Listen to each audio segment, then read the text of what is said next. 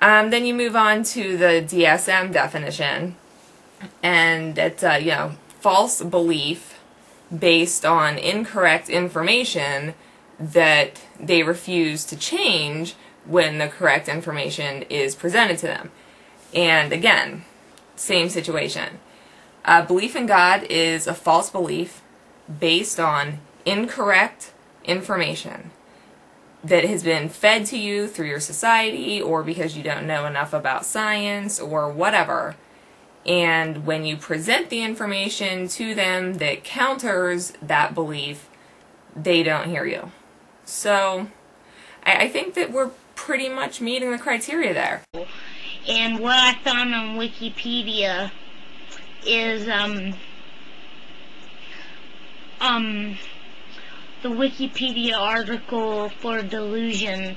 It says, in practice, psychiatrists tend to diagnose a belief as delusional if it is either patently bizarre, causing significant distress, or excessively preoccupies the patient, especially if the person is subsequently unswayed in belief by counter evidence or reasonable arguments. When we have these conversations with theists all the time, we always present all sorts of evidence that shows them that their beliefs are flawed, and yet they don't change their opinion of the situation. That is representative exactly of the definition of disorder that you gave. Yeah, in particular, if you look up grandiose delusional disorder, which specifically addresses the belief that you have some kind of special relationship with a higher power. Hello? Religion? Anybody? Anybody? Yes, Does that make sense to you? And just look at the criteria. You'll find that it does exactly meet the criteria for a mental disorder. Blaise Pascal, his argument is called Pascal's Wager. And sure, probably you've heard this before. He told his friends who were atheists or who chose not to believe in God, look, if I'm wrong for being a Christian, for following God, at the end of my life, what have I missed? His response was maybe a few parties and maybe the acceptance of man, a little bit of popularity. But he says, if I'm right, which I believe I am, which I know I am, and at the end of your life, if I'm right, what have you missed? And what have you lost? Okay, well, I'm curious. How many religions exist on the planet right now? I have no clue. Okay, would you say more than Christianity? Oh, yeah, yeah. Okay, so is it possible that there are other gods that require you to believe in their existence in order to get into eternal blissful heaven? Yeah, sure there are. So then you'd admit that Pascal's Wager is completely flawed because if a Muslim could easily say to you, what have you got to lose by believing in their God? Okay, the worst that could happen at the end of your life is you will have lived a good life, maybe missed a few parties. So clearly you should believe in the Muslim God. Yeah, see, I'm not using Pascal's Wager as an end-all or as a catch-all. I'm using it as a support That's to fine. get to my question. But I'm also showing you how it's completely fallacious and how it does nothing to support the argument. Cool, no problem with that. Do you understand why though? Here's my thing. You guys have heard all the arguments, and I could get Ravi Zacharias, or I could get some intelligent genius Christian, and these guys I read all the time, and get on here, and still it would be talking in circles, and that's okay. That is great. I'm glad you're doing what you do. I was a broadcasting major. I appreciate the radio thing. And It's interesting though that you say that it'd be talking in circles. It wouldn't be talking in circles if you could admit that what you just said was fallacious. We would both come to a common ground, and the circle would end. I mean, Pascal's Wager is false. It's phony, and I haven't even gotten on to a second or a third or a fourth point as to why we can't get through the first one, which is okay. Well. I'll let you say all the reasons why his argument is fallacious, and then when you're done, I'll say, well, okay, that's cool, but that's not what I came on here to prove. I was just using it as support, and then I'll continue asking. Okay, so but what you just did was you just admitted that you were closed-minded, because you said I could present arguments that show Pascal's Wager fallacious, but yet you won't accept them. When as soon as I'm done, you'll just move on to why you gave Pascal's Wager and use it to continuously support your argument.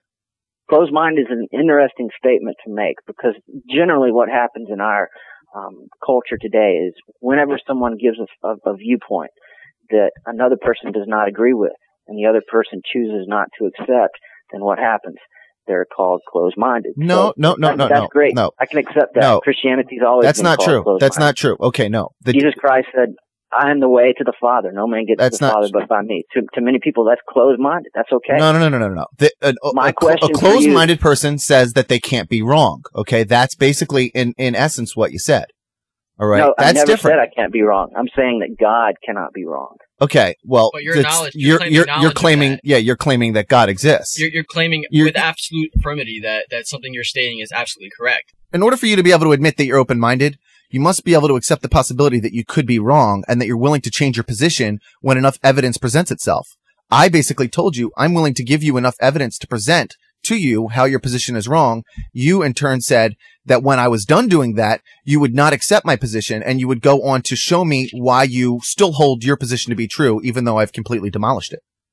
That's cool. You're misunderstanding me though, because I can totally live with being closed-minded. There's no problem with that. I can go to sleep tonight. There's a fundamental difference between you and I.